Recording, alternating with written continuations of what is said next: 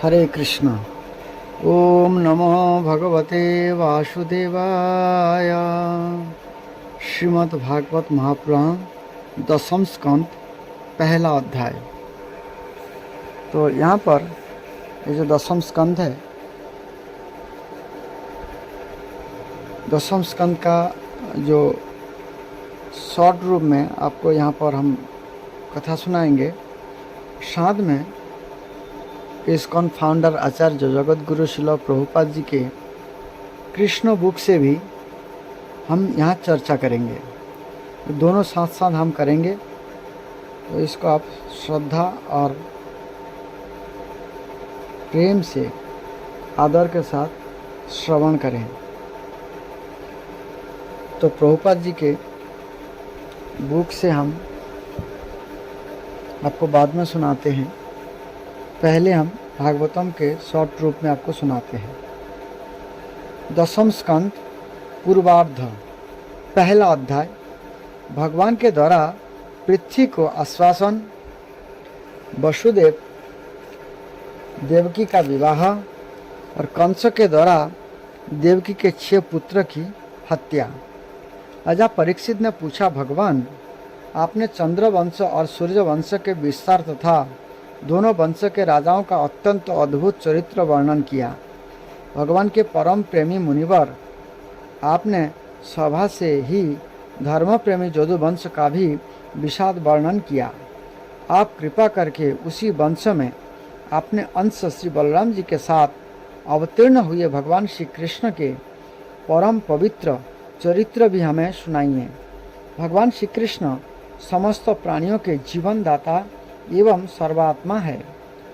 उन्होंने यदुवंश में अवतार लेकर जो जो लीलाएं की, उनका विस्तार से हम लोगों को श्रवण कराइए। जिनका तृष्णा की प्यास सर्वदा के लिए बुझ चुकी है, ये जीवन मुक्त महापुरुष जिनका पूर्ण प्रेम से अमृत अतृप्त रहकर गान किया करते हैं, मुमुक्षु जनों के लिए जो भवरोग का रामबाण औषध है तथा विषयी लोगों के लिए भी उनके कान और मन को परम आह्लाद देने वाला है। भगवान श्री कृष्ण के ऐसे सुंदर, सुखद, रसीले गुणानुवाद से पशुघाती अथवा आत्मघाती मनुष्य के अतिरिक्त और ऐसा कौन है जो विमुख हो जाए। यहाँ पर आत्मघाती का मतलब जो आत्मा का खुद हरण करना चाहते हैं, और पशुघाती मतलब जो कसाई होते हैं, उसके अलावा इन कथा को सब सुनना चाहेगा। जो सुनना नहीं चाहता है वो इसके तुल्य है, जो आत्मघाती है और वो पशु का घातक है अर्थात कसाई है। तो मेरे कुल देव ही है। जब कुरुक्षेत्र में महाभारत युद्ध हो रहा था और देवताओं को भी जीत लेने वाले भीष्म पितामह आदि अतिरथियों से मेरे दादा पांडवों का युद्ध हो रहा था, उस समय कौरवों की सेना उनके लिए अपार समुद्र के समान था, जिसमें भीष्म आदि वीर बड़े बड़े मच्छों को भी निकाल जाने वाले तिमिंगल मच्छों की भांति भय उत्पन्न कर रहे थे। परंतु मेरे सनाम धन्य पितामह भगवान श्री कृष्ण के चरण कमलों की नौका का आश्रय लेकर उस समुद्र को अनायासी पार कर गए। ठीक वैसे ही जैसे कोई मार्ग में चलता हुआ स्वभाव से ही बछड़े के खूर का गड्ढा पार कर जाए। महाराज, मेरा यह शरीर जो आपके सामने है तथा जो कौरव और पांडव दोनों ही वंश का एकमात्र सहारा था, अश्वत्थामा के ब्रह्मास्त्र से जल चुका था। उस समय मेरी माता जब भगवान की शरण में गई, तब उन्होंने हाथ में चक्र लेकर मेरी माता के गर्भ में प्रवेश किया और मेरी रक्षा की।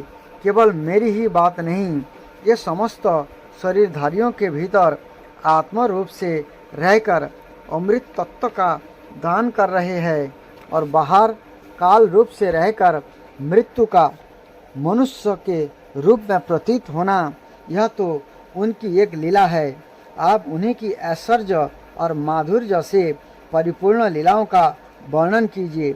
भगवान, आपने अभी बताया था कि बलराम जी रोहिणी के पुत्र थे। इसके बाद देवकी के पुत्र में भी आपने उनकी गणना की।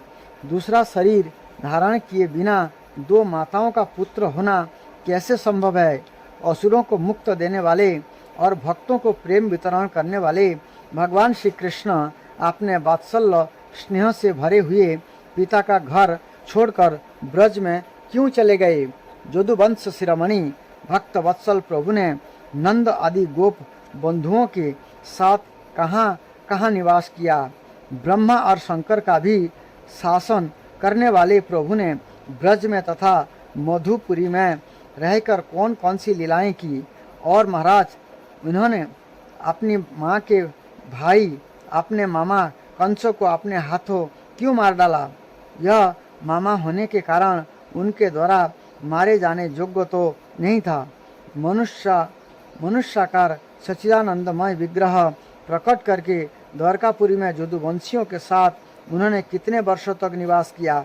और उन सर्वशक्तिमान प्रभु की पत्नियां कितनी थी? मैंने श्री कृष्ण की जितनी लीलाएं पूछी है और जो नहीं पूछे हैं, ये सब आप मुझे विस्तार से सुनाइए, क्योंकि आप सब कुछ जानते हैं और मैं बड़ी श्रद्धा के साथ उन्हें सुनना चाहता हूँ। भगवान, अन्न की तो बात ही क्या, मैंने जल का भी परित्याग कर दिया है, फिर भी यह असह्य भूख प्यास जिसके कारण मैंने मुनि के गले में मृत सर्प डालने का अन्याय किया था, मुझे तनिक भी नहीं सता रही है, क्योंकि मैं आपके मुख कमल से झरती हुई भगवान की सुधामयी लीला कथा का पान कर रहा हूँ। सूत जी कहते, सनक जी, समस्त देवधारियों के अंतःकरण में अंतर्जामी रूप से स्थित भगवान उनके जीवन के कारण है तथा बाहर काल रूप से स्थित हुए यही उनका नाश करते हैं। अतः जो आत्मज्ञानी जन अंतर्दृष्टि द्वारा उन अंतर्जामी की उपासना करते हैं, ये मोक्ष रूप अमर पद प्राप्त होते हैं। और विषय परायण अज्ञानी पुरुष बाह्य दृष्टि से विषय चिंता में ही लगे रहते हैं, ये जन्म मरण रूपी मृत्यु के भागी होते हैं। ब्रह्मा जी के पास जाकर उसने उन्हें अपनी पूरी कष्ट कहानी सुनाई। ब्रह्मा जी ने बड़ी सहानुभूति के साथ उसकी दुख गाथा सुनी। उसके बाद ये भगवान शंकर स्वर्ग के अन्यान्य प्रमुख देवता तथा गौ के रूप में आई हुई पृथ्वी को अपने साथ लेकर क्षीर सागर के तट पर गए। भगवान देवताओं के भी आराध्य देव है। ये अपने भक्तों की समस्त अभिलाषाएं पूर्ण करते और उनके समस्त क्लेशों को नष्ट कर देते हैं। ये ही जगत के एकमात्र स्वामी है।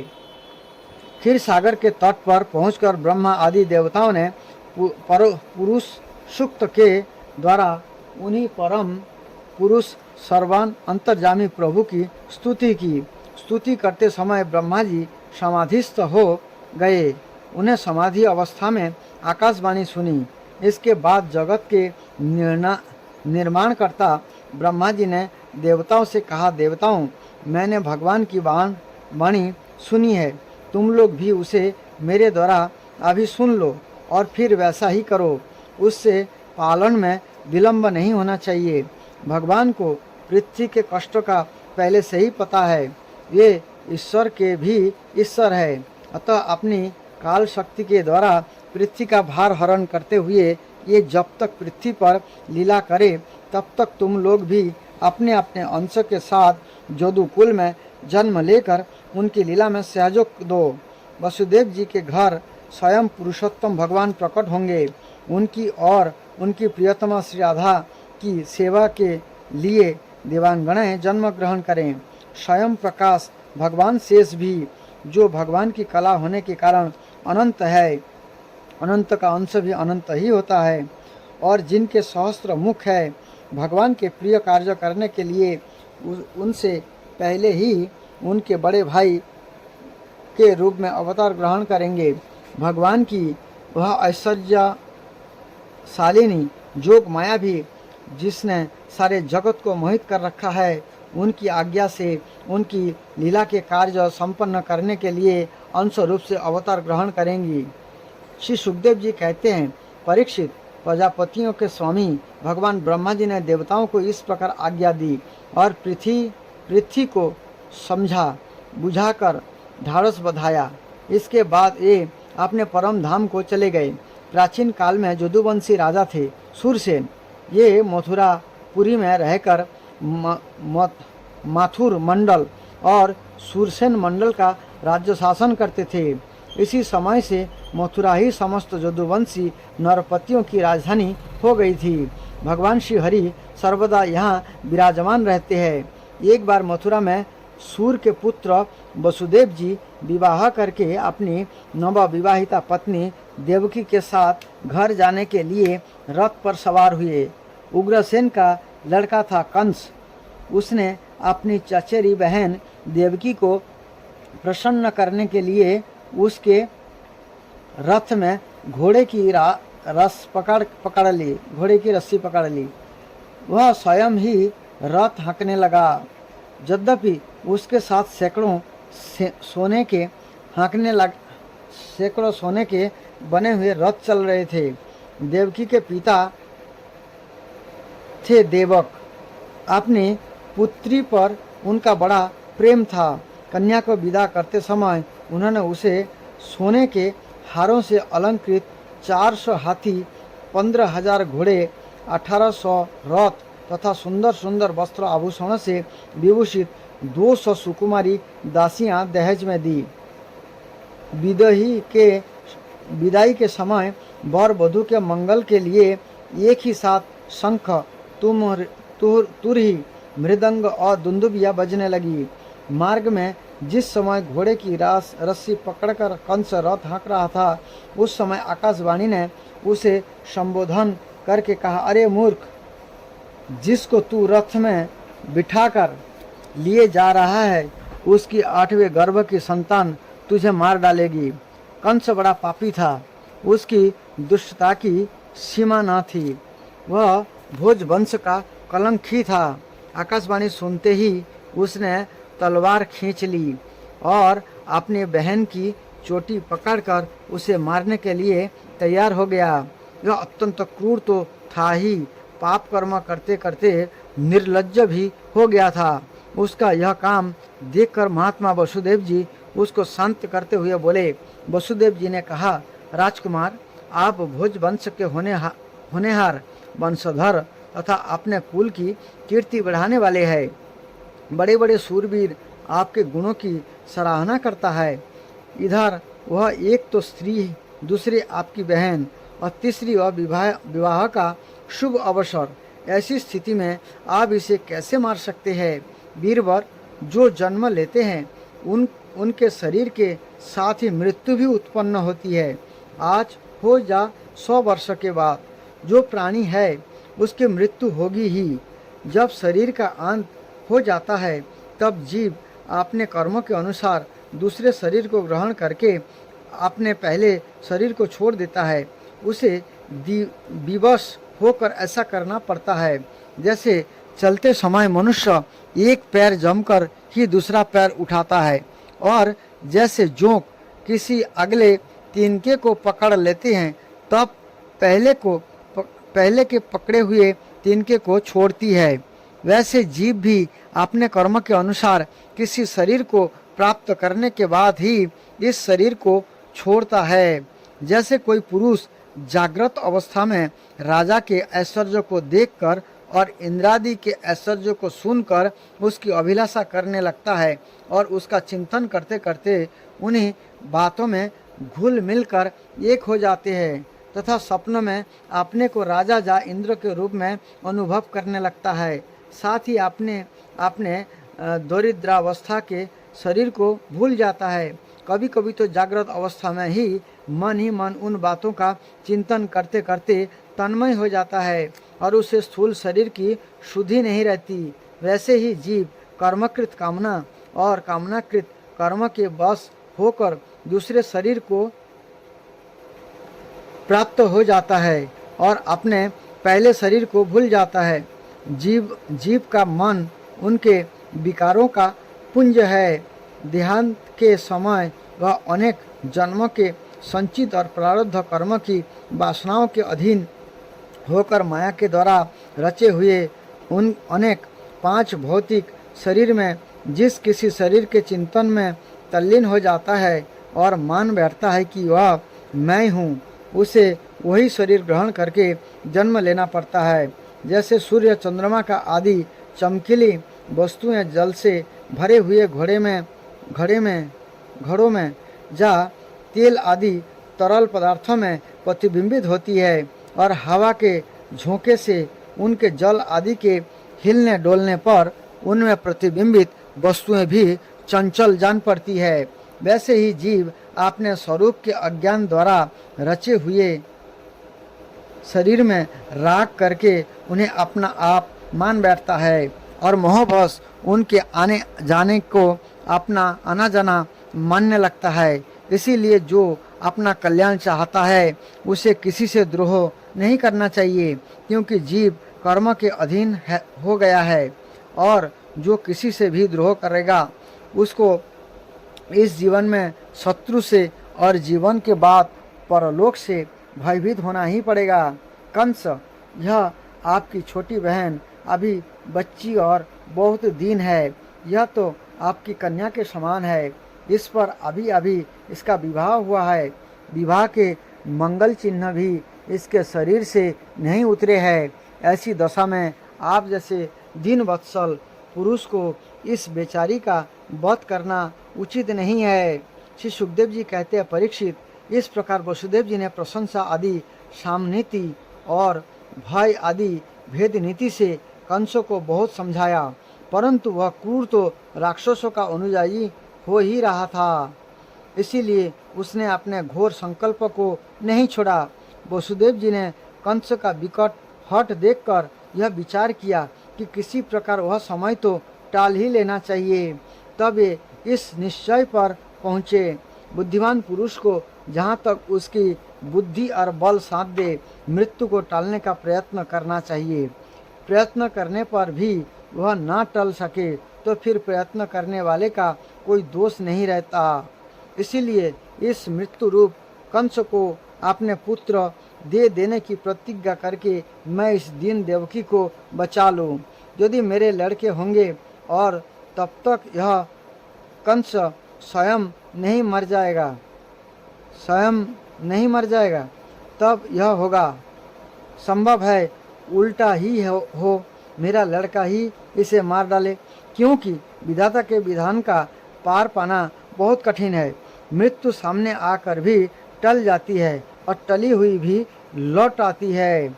जिस समय वन में आग लगती है उस समय कौन सी लकड़ी जले और कौन सी ना जले, दूर की जल जाए और पास की बचे रहे, इन सब बातों में अदृष्ट के सिवा और कोई कारण नहीं होता। वैसे ही किस प्राणी का कौन सा शरीर बना रहेगा और किस हेतु से कौन सा शरीर नष्ट हो जाएगा, इस बात का पता लगा लेना बहुत ही कठिन है। अपनी बुद्धि के अनुसार ऐसा निश्चय करके वसुदेव जी ने बहुत सम्मान के साथ पापी कंस की बड़ी प्रशंसा की। परीक्षित, कंस बड़ा क्रूर और निर्लज्ज था, अतः ऐसा करते समय वसुदेव जी के मन में बड़ी पीड़ा भी हो रही थी। फिर भी उन्होंने ऊपर से अपने मुख कमल को प्रफुल्लित करके हंसते हुए कहा। वसुदेव जी ने कहा, सौम्य, आपको देवकी से तो कोई भय नहीं, जैसा कि आकाशवाणी ने कहा है, भय है पुत्र से, सो इसके पुत्र मैं आपको लाकर सौंप दूंगा। श्री सुखदेव जी कहते हैं, परीक्षित, कंस जानता था कि वसुदेव जी के वचन झूठे नहीं होते और उन्होंने जो कुछ कहा है वह युक्ति संगत भी है, इसलिए उसने अपनी बहन देवकी को मारने का विचार छोड़ दिया।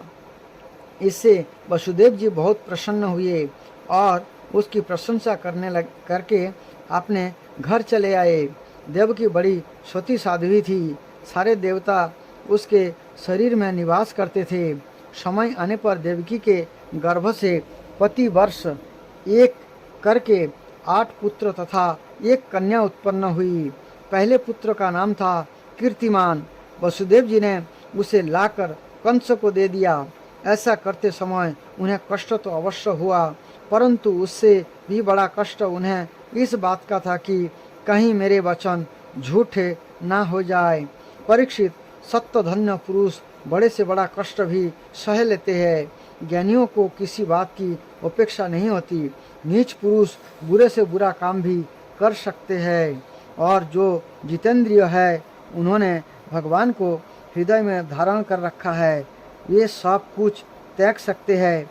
जब कंस ने देखा कि वसुदेव जी अपने पुत्र के जीवन और मृत्यु में समान भाव एवं ये सत्य में पूर्ण निष्ठावान भी है, तब वह बहुत प्रसन्न हुआ और उनसे हंसकर बोला, वसुदेव जी, आप इस नन्हे से सुकुमार बालक को ले जाइए, इससे मुझे कोई भय नहीं है, क्योंकि आकाशवाणी ने तो ऐसा कहा था कि देवकी के 8वें गर्भ से उत्पन्न संतान के द्वारा मेरी मृत्यु होगी।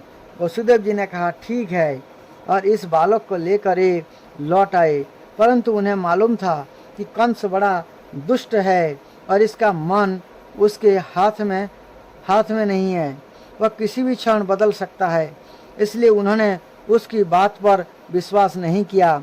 परीक्षित, इधर भगवान नारद कंस के पास आए और उससे बोले कि कंस, ब्रज में रहने वाले नंद आदि गोप, उनकी स्त्रियां, वसुदेव आदि विष्णुवंशी यादव, देवकी आदि यदुवंश की स्त्रियां और नंद वसुदेव दोनों के सजातीय बंधु बांधव और सागे संबंधी सब के सब देवता है जो इस समय तुम्हारी सेवा कर रहे हैं, वे भी देवता ही है।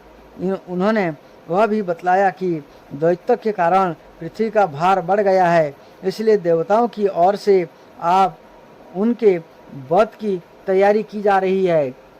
जब देवर्षि नारद इतना कहकर चले गए, तब कंस को यह निश्चय हो गया कि यदुवंशी देवता है और देवकी के गर्भ से विष्णु भगवान ही मुझे मारने के लिए पैदा होने वाले हैं। इसलिए उसने देवकी और वसुदेव को हाथकड़ी बेड़ी से जकड़ा कर कैद में डाल दिया और उन दोनों से जो जो पुत्र होते गए उन्हें वह मारता गया। उसे हर बार यह शंका बनी रहती कि कहीं विष्णु ही उस बालक के रूप में न आ गया हो। परीक्षित, पृथ्वी में यह बात प्राय देखी जाती है कि अपने प्राणों का ही पोषण करने वाले लोभी राजा अपने स्वार्थ के लिए माता पिता, भाई बंधु और अपने अत्यंत हितैषी इष्ट मित्र को भी हत्या कर डालते हैं। कंस जानता था कि मैं पहले कालनेमी असुर था और विष्णु ने मुझे मार डाला था। इससे उसने यदुवंशियों से घोर विरोध ठान लिया। कंस बड़ा बलवान था। उसने यदु भोज और अंधक वंश के अधिनायक अपने पिता उग्रसेन को कैद कर लिया और सूरसेन देश का राज्य वो स्वयं करने लगा। हरे कृष्ण। इस प्रकार पहला अध्याय पूरा हुआ। तो श्रील प्रभुपाद जी के कृष्ण बुक से हम आपको बताते हैं, प्रभुपाद जी ने जो भगवान श्री कृष्ण के लीलाओं के साथ साथ शिक्षाएं दी हैं वो हमारे जीवन में बहुत आवश्यक है, इसलिए वो भी जानना बहुत ज़रूरी है। निवृत्तात पुरुषपगीयमानात् भावैषधाच्छत्रमान अभिरामात् क उत्तम श्लोक गुणानुवादात् पुनान् विरज्येत विना पशुघानात्। पाश्चात्य देश में जब कोई व्यक्ति कृष्ण जैसी पुस्तक के आवरण पृष्ठ को देखता है तो वह तुरंत पूछता है, कृष्ण कौन है, कृष्ण के साथ यह किशोरी कौन है, आदि आदि। इसका तत्काल उत्तर है कि कृष्ण परम भगवान है। वह कैसे? इसलिए कि ये परमेश्वर के वर्णनों से पूरी तरह मेल खाते हैं। दूसरे शब्दों में कृष्ण भगवान है, क्योंकि ये सर्वाकर्षक है। पूर्ण आकर्षक सिद्धांतों के अतिरिक्त भगवान शब्द कोई अर्थ नहीं रखता, तो कोई सर्वाकर्षक किस तरह हो सकता है? सबसे पहले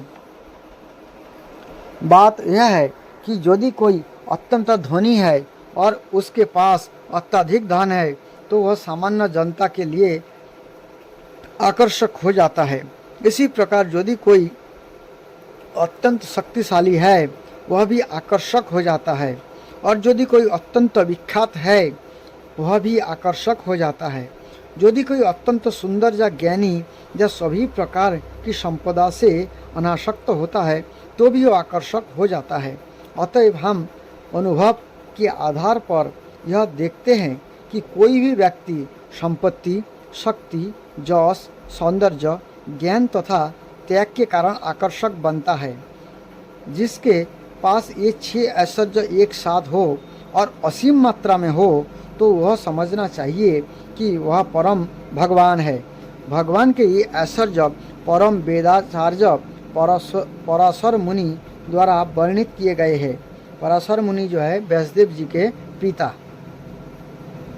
हमने अनेक धनी, शक्तिशाली, विख्यात, सुंदर, विद्वान, पंडित तथा भौतिक विषयों के प्रति अनासक्त एवं विरक्त व्यक्ति देखे हैं, लेकिन मानव इतिहास में हमने कृष्ण के समान असीम तथा एक साथ संपत्तिवान, शक्तिशाली, विख्यात, सुंदर, बुद्धिमान तथा अनासक्त व्यक्ति नहीं देखा। परम पुरुषोत्तम भगवान कृष्ण एक ऐतिहासिक पुरुष है जो 5231 वर्ष लगभग पहले इस धराधाम में प्रकट हुए थे। ये इस पृथ्वी पर 125 वर्ष तक रहे और उन्होंने मनुष्य के ही समान आचरण किया, लेकिन उनके कार्यकलाप अद्वितीय थे। उनके आविर्भाव के क्षण से लेकर उनके तिरोधान के क्षण तक उनका प्रत्येक कार्य विश्व के इतिहास में अद्वितीय रहा। अतएव जो भी यह जानता है कि भगवान का क्या अर्थ होता है वह कृष्ण को भगवान के रूप में स्वीकार कर लेगा। ना तो कोई भगवान के समक्ष है, ना ही कोई उनसे बढ़कर है। ईश्वर महान है कथन का वही आशय है। संसार में अनेक प्रकार के लोग हैं जो ईश्वर के विषय में भिन्न भिन्न प्रकार से बातें करते हैं, लेकिन वैदिक वाङ्मय अर्थात वैदिक शब्दों के अनुसार तथा समस्त युगों में शंकर, रामानुज, माधव, विष्णु स्वामी, महाप्रभु चैतन्य जैसे महान आचार्यों तथा उनकी शिष्य परंपरा के समस्त अनुयायियों के अनुसार सबों ने एक स्वर में स्वीकार किया है कृष्ण भगवान है। यहाँ तक वैदिक सभ्यता को मानने वाले हम लोगों का प्रश्न है, हम सभी समग्र ब्रह्मांड के वैदिक इतिहास को स्वीकार करते हैं जिसमें स्वर्गलोक, मर्तलोक तथा पाताललोक नामक विविध लोक है। आधुनिक इतिहास वेत्ता 5000 वर्ष पूर्व की घटनाओं के साक्ष्य नहीं दे सकते एवं नेतृत्व शास्त्रियों का कहना है कि हम लोग में 40,000 वर्ष पूर्व बुद्धिमान जीवों का उदय नहीं हुआ था, क्योंकि विकास वहाँ तक नहीं पहुँच सका था। लेकिन वैदिक इतिहास ग्रंथ, पुराण तथा महाभारत उन मानव इतिहास हासों का उल्लेख करते हैं। ये विगत लाखों करोड़ों वर्षों पूर्व तक विस्तीर्ण है। उदाहरणार्थ इन साहित्य ग्रंथों में हमें कृष्ण के आविर्भाव तथा तिरोधान का लाखों करोड़ों वर्ष पूर्व का इतिहास प्राप्त होता है। श्रीमद् भगवद गीता के 4th अध्याय में कृष्ण अर्जुन को बताते हैं कि इसके पूर्व उनके तथा अर्जुन के कई जन्म हो चुके थे जिनका स्मरण उन्हें है, किंतु अर्जुन को नहीं है। बहुनी में व्यतीतानि जन्मानि तवर्ष अर्जुन तन्नहं वेद सर्वाणि नौतम वेत्थ परंतप। भगवान कहते हैं, हे अर्जुन, तुम्हारे तथा मेरे अनेक अनेक जन्म हो चुका है, मुझे तो उन सब का स्मरण है लेकिन तुम्हें स्मरण नहीं है, इसलिए क्योंकि तुम शरीर बदलते हो, मैं शरीर नहीं बदलता हूँ। इससे कृष्ण तथा अर्जुन के ज्ञान में जो अंतर है इसका पता चल जाता है। भले ही अर्जुन एक महान योद्धा तथा कुरुवंश तथा सुसंस्कृत सदस्य रहा हो, फिर भी वह था तो एक सामान्य पुरुष ही, जबकि भगवान कृष्ण अपार ज्ञान के धारक है। चूँकि कृष्ण का ज्ञान अपार है, अतएव उनकी स्मरण शक्ति भी असीम है। कृष्ण का ज्ञान इतना पूर्ण है कि वे भूतकाल में लाखों करोड़ों वर्ष पूर्व की आपने आविर्भाव की घटनाएं स्मरण रखते हैं, लेकिन अर्जुन की स्मृति तथा ज्ञान काल तथा देश द्वारा सीमित है, क्योंकि वह सामान्य मानव प्राणी है। भगवत गीता के 4th अध्याय में कृष्ण कहते हैं, लाखों वर्षों पूर्व सूर्योदय व्यवस्थान को हमने दिए गए उपदेश उन्हें आज भी स्मरण है। आजकल वह फैशन बन गया है कि नास्तिक श्रेणी के लोग कुछ योग विधियों के द्वारा ईश्वर बनने का प्रयत्न करते हैं। सामान्यतया ऐसे नागरिक अपने कल्पना या ध्यान शक्ति के बल पर अपने को ईश्वर घोषित कर देते हैं। कृष्ण इस प्रकार के ईश्वर नहीं है। ये ना तो ध्यान की कोई योग विधि का निर्माण करके ईश्वर बनते हैं, ना ही यौगिक आसनों की कठोर तपस्या करके ईश्वर बनते हैं। सच बात तो यह है कि ये कभी ईश्वर नहीं बनते, क्योंकि ये समस्त परिस्थितियों में सर्वश्रेष्ठ है। कृष्ण अपने मामा कंस के बंदी गृह में, जहाँ उनके माता पिता बंदी बनाकर रखे गए थे, अपनी माता के गर्भ से चतुर्भुज विष्णु नारायण के रूप में प्रकट हुए। तब उन्होंने बाल रूप धारण करके अपने पिता से कहा कि ये उन्हें नंद महाराज तथा उनकी पत्नी जसोदा के घर ले चले। अभी कृष्ण छोटे से बालक ही थे कि विकराल राक्षसी असुरिणी पुत्रा ने उन्हें मारना चाहा, लेकिन उन्होंने उसका स्तन पान करते हुए उसका प्राणांत कर दिया। वही अंतर है कि वास्तविक सर्वोच्च तथा योग की शाला द्वारा निर्मित ईश्वर में कृष्ण को कभी भी योग क्रिया का अभ्यास करने का अवसर प्राप्त नहीं हुआ। फिर भी वे पद पद पर अपने शिशु काल से बाल्यकाल में, फिर बाल्यकाल से किशोर अवस्था में और किशोर अवस्था से तरुण अवस्था में अपने आप को भगवान के रूप में प्रदर्शित करते रहे। लीला पुरुषोत्तम भगवान श्री कृष्ण नामक इस पुस्तक में मनुष्य रूप में उनके समस्त कार्यकलापों का वर्णन किया गया है। यद्यपि कृष्ण सदैव मनुष्य की भांति आचरण करते हैं, किंतु वे सदैव भगवान की पहचान बनाए रखते हैं। चूँकि कृष्ण सर्वाकर्षक है, अतएव मनुष्य को चाहिए कि वह अपनी सारी इच्छाएं कृष्ण पर केंद्रित करे। भगवत गीता में कहा गया है कि हर व्यक्ति अपने शरीर का स्वामी है, लेकिन कृष्ण जो प्रत्येक हृदय के उपस्थित परमात्मा है, परम स्वामी है और प्रत्येक शरीर के स्वामी है।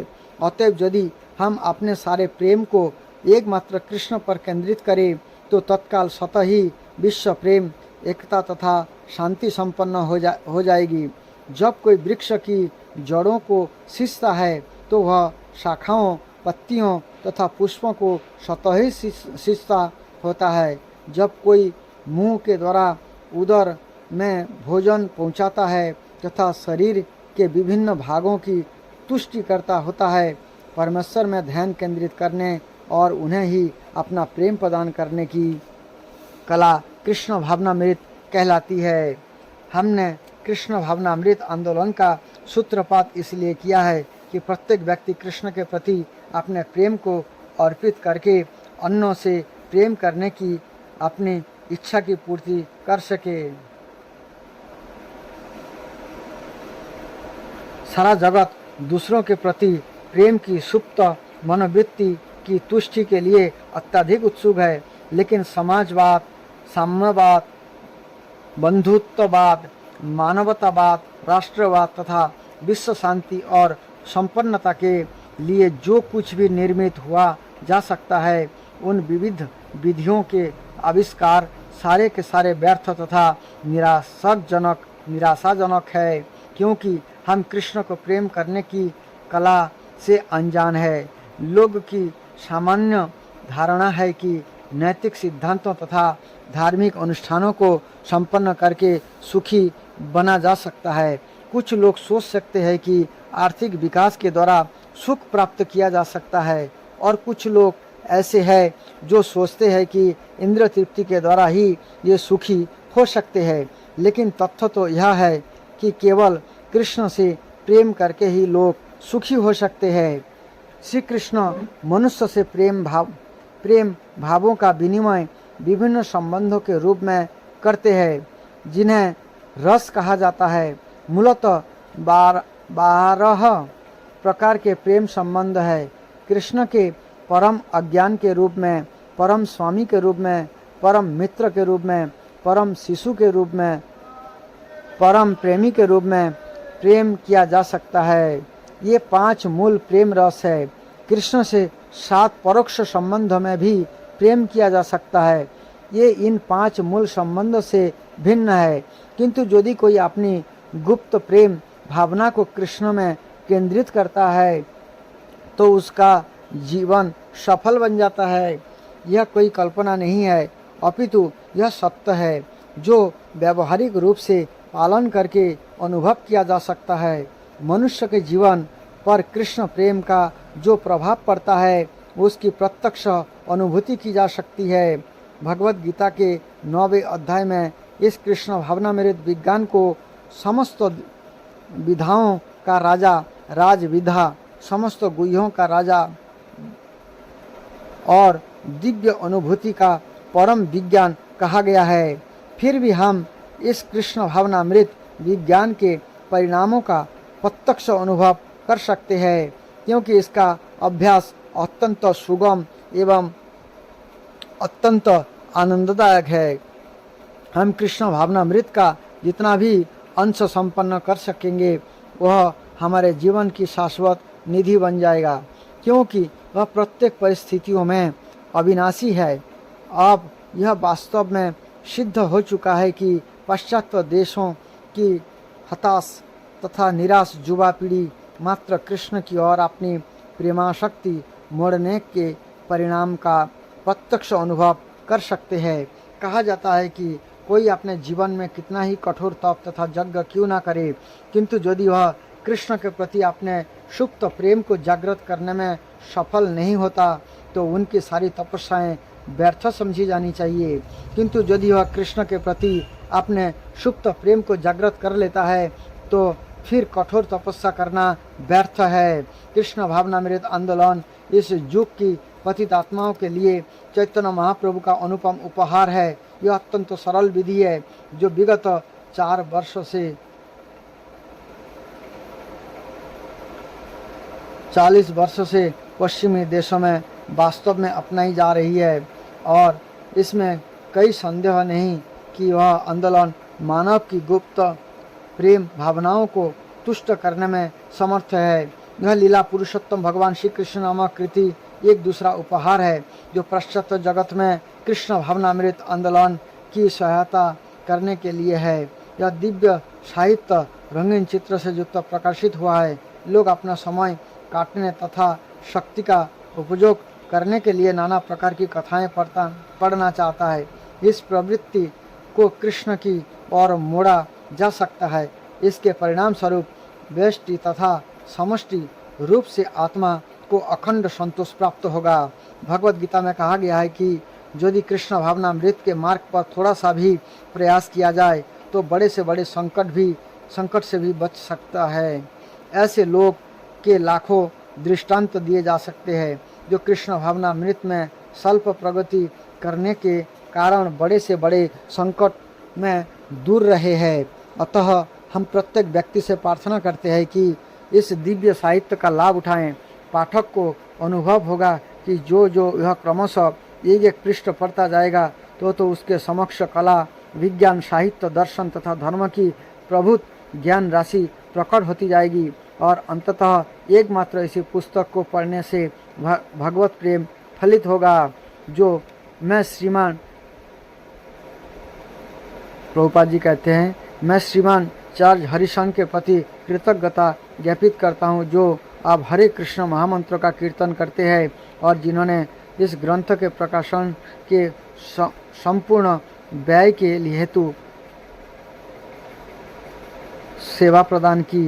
कृष्ण इस सद्बालक को कृष्ण भावनामृत में और अधिक अग्रसर करे। अंत में मैं श्री प्रभुपाद जी अलग अलग भक्तों का जो है वो आभार प्रकट करते हैं जिन्होंने इस कृष्ण बुक के लिए सहयोग किया है, ट्रांसलेट किया है। लीला पुरुषोत्तम भगवान श्री कृष्ण नामक एक पुस्तक को लिखने का प्रयास करते समय मैं अपने गुरु ओम श्री विष्णुपाद 108 श्री श्रीमद् भक्ति सिद्धांत सरस्वती गोस्वामी महाराज प्रभुपाद को सादर प्रणाम करता हूँ। तत्पश्चात करुणा के सागर भगवान श्री कृष्ण चैतन्य महाप्रभु को सादर प्रणाम करता हूँ। ये साक्षात भगवान श्री कृष्ण है। जो भक्ति के उच्चादर्शों को विपरीत करने के लिए भक्त के रूप में प्रकट हुए। भगवान चैतन्य ने गौड़ देश पश्चिम बंगाल नामक क्षेत्र में अपना उपदेश प्रारंभ किया। चूँकि मेरा संबंध मध्व गौड़ीय संप्रदाय से है, अतएव मैं उन नाम की गुरु शिष्य परंपरा को भी प्रणाम करता हूँ। यह मध्व गौड़ीय संप्रदाय ब्रह्म संप्रदाय भी कहलाता है, क्योंकि यह गुरु परंपरा शुरू में ब्रह्म से प्रारंभ हुई, अर्थात ब्रह्मा जी से प्रारंभ हुआ है गुरु परंपरा। ब्रह्मा ने सर्वप्रथम नारद मुनि को उपदेश दिया, नारद ने व्यासदेव को, और व्यासदेव ने माधव मुनि को और माधवाचार्य को उपदेश दिया। माधवेंद्र पुरी, जो मध्व गौड़ीय संप्रदाय के संस्थापक है और सन्यासी थे, माधवाचार्य की शिष्य परंपरा में आते हैं। उनके अनेक विख्यात शिष्य थे तथा नित्यानंद प्रभु, अद्वैत प्रभु तथा ईश्वरपुरी भगवान चैतन्य महाप्रभु के गुरु थे। अतः मैं ईश्वरपुरी नित्यानंद प्रभु, श्री अद्वैत आचार्य प्रभु, श्रीवास पंडित तथा श्री गदाधर पंडित को सादर प्रणाम करता हूँ। इसके पश्चात मैं स्वरूप दामोदर को सादर नमस्कार करता हूँ, जो भगवान चैतन्य महाप्रभु के निज सचिव बने। मैं श्री वसुदेव दत्त तथा चैतन्य महाप्रभु के नित्य सेवक श्री गोविंद तथा चैतन्य महाप्रभु के नित्य सखा मुकुंद को एवं मुरारी गुप्त को भी प्रणाम करता हूँ। मैं वृंदावन के षड़ गोस्वामियों श्री रूप गोस्वामी, श्री सनातन गोस्वामी, श्री रघुनाथ भट्ट गोस्वामी, श्री गोपाल भट्ट गोस्वामी, श्री जीव गोस्वामी तथा श्री रघुनाथ दास गोस्वामी को सादर प्रणाम करता हूँ। भगवत गीता में कृष्ण ने स्वयं कहा है कि वे पूर्ण पुरुषोत्तम भगवान है। जब जब धार्मिक जीवन के नियामक सिद्धांत की हानि होती है और धार्मिक कार्यकलापों में वृद्धि होती है, तब वे पृथ्वी लोक में अवतरित होते हैं। दूसरे शब्द में जब कृष्ण प्रकट हुए उस समय इस लोक में जब ब्रह्मांड में पाप कर्मों के भार को कम करने की आवश्यकता थी। भौतिक सृजन का सारा कार्यभार कृष्ण के पूर्णांश भगवान महाविष्णु पर है। अतः जब भगवान अवतरित होते हैं तो यह अवतार विष्णु से उद्भूत होता है। महाविष्णु भौतिक सृष्टि के आदि कारण है। उनसे गर्भोदकशाही विष्णु का विस्तार होता है और तब क्षीरोदकशाही विष्णु का सामान्यतया इस ब्रह्मांड में जितने भी अवतार होते हैं ये क्षीरोदकशाही विष्णु के रूप में विस्तार अंश होते हैं।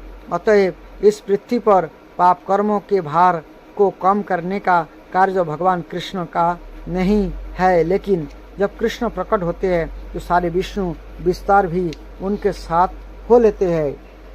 कृष्ण के सारे विस्तार अर्थात अंश यथा नारायण, वसुदेव, संकर्षण, पद्मन, अनिरुद्ध का चतुर्गुणा रूप तथा उनके अंश अवतार यथा मत्स्य एवं अन्न जुगावतार एवं मनमंत्र अवतार, ये सब एक साथ भगवान श्री कृष्ण के शरीर के साथ प्रकट होते हैं। कृष्ण परिपूर्ण है, अतः सारे पूर्णांश तथा अंश अवतार सदा उन्हीं में निवास करते हैं।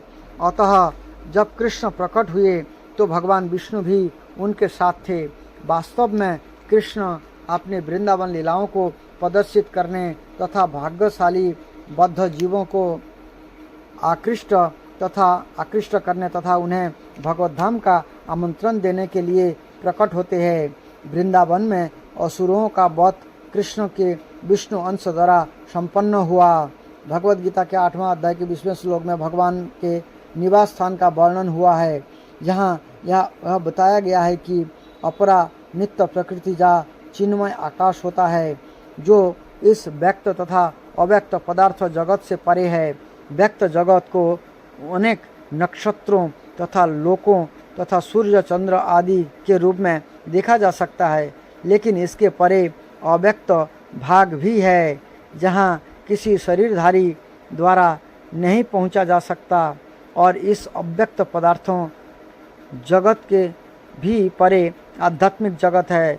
श्रीमद् भगवत गीता में इस जगत को सर्वोपरि तथा शाश्वत कहा गया है, जिसका विनाश कभी नहीं होता। यह भौतिक प्रकृति का बार बार सृजन तथा संहार होता है, किंतु इस आध्यात्मिक प्रकृति का अंश शाश्वत रूप से वैसा का वैसा बना रहता है। भगवान कृष्ण के परम धाम को ब्रह्म संहिता में चिंतामणि धाम भी कहा गया है।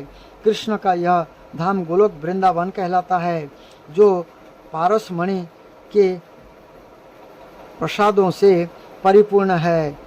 वहाँ के वृक्ष कल्प वृक्ष कहलाते हैं और गौएं सुरभि कही जाती है।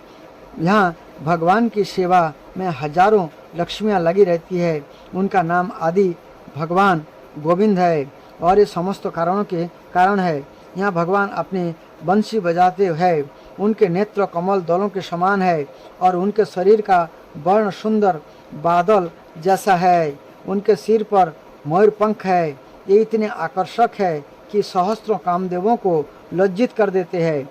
गीता में भगवान कृष्ण अपने धाम का संकेत मात्र करते हैं, जो आध्यात्मिक जगत में सर्वोच्च लोग है। लेकिन श्रीमद् भागवत में कृष्ण अपने सात समान के साथ वास्तव में प्रकट होते हैं और अपने कार्यकलापों को सर्वप्रथम वृंदावन में भी, मथुरा में और तब द्वारका में प्रदर्शित करते हैं। इस पुस्तक में ये कार्यकलाप क्रमशः प्रकट होंगे। जिस वंश में कृष्ण प्रकट हुए वह जदुवंश कहलाते हैं। वह जदुवंश सोम अर्थात चंद्रलोक के देव से चला आ रहा है। राजवंशी क्षत्रियों को दो मुख्य कुल है। एक चंद्रलोक के राजा से अवतरित हुए चंद्रवंशी तथा दूसरा सूर्य के राजा वे अवतरित सूर्यवंशी है। जब जब भगवान अवतरित होते हैं तब प्राय ये क्षत्रिय कुल में प्रकट होते हैं, क्योंकि उन्हें धर्म की स्थापना करनी होती है। वैदिक प्रणाली के अनुसार क्षत्रिय कुल मानव जाति का रक्षक होता है। जब भगवान श्री रामचंद्र के रूप में अवतरित हुए तो वे सूर्य वंश में प्रकट हुए, जो रघुवंश के नाम से विख्यात था। और जब ये कृष्ण के रूप में प्रकट हुए तो जदुवंश में हुए। श्रीमद् भागवत के नवम स्कंद के 24वें अध्याय में जदुवंशी राजाओं की एक लंबी सूची दी गई है। ये सभी महान शक्तिशाली राजा थे। कृष्ण के पिता का नाम वसुदेव था, जो जदुवंशी सूरसेन के पुत्र थे। वस्तुतः भगवान इस भौतिक जगत के किसी भी वंश से संबंधित नहीं है, लेकिन वे जिस कुल में जन्म लेते हैं उनकी कृपा से वह कुल विख्यात हो जाती है। उदाहरणार्थ मलय देश में चंदन उत्पन्न होते हैं। चंदन में मलय से भिन्न अपने गुण से है, लेकिन चूंकि दैववश यह मुख्य रूप से मलय देश में उत्पन्न होता है, इसलिए वह मलय चंदन कहलाता है। इसी प्रकार भगवान श्री कृष्ण सबों के है, लेकिन इस प्रकार सूर्य पूर्व से उदय होता है।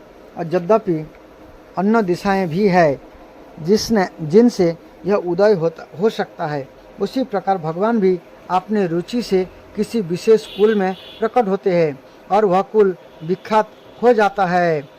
जैसा कि ऊपर वर्णन किया गया है, जब कृष्ण प्रकट होते हैं तो उनके सारे पूर्ण अंश भी उनके साथ साथ प्रकट होते हैं।